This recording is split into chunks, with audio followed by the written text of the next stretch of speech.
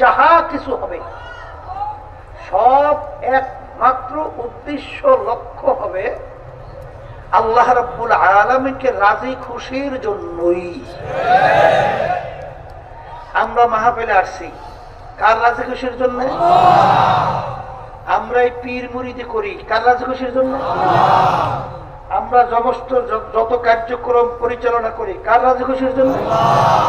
কুল ইন্না সালাতি ওয়া নুসুকি ওয়া মাহইয়ায়া ওয়া মামাতি লিল্লাহি রাব্বিল আলামিন।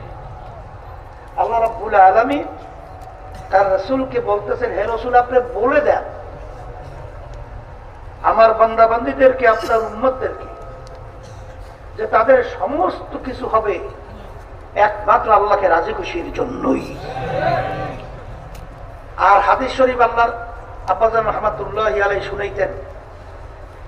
আপনারা জানেন, অনেকেই হয়তো নতুন আসছেন, আলহামদুলিল্লাহ অনেক যুবক ছেলে নতুন আসছে, মাশাআল্লাহ। আল্লাহ এদেরকে দিনের খালেস খাদেম হিসেবে কবুল করুন। সবাইকে আমাদেরকে আল্লাহ দিনের খালেস খাদেম হিসেবে কবুল করুন।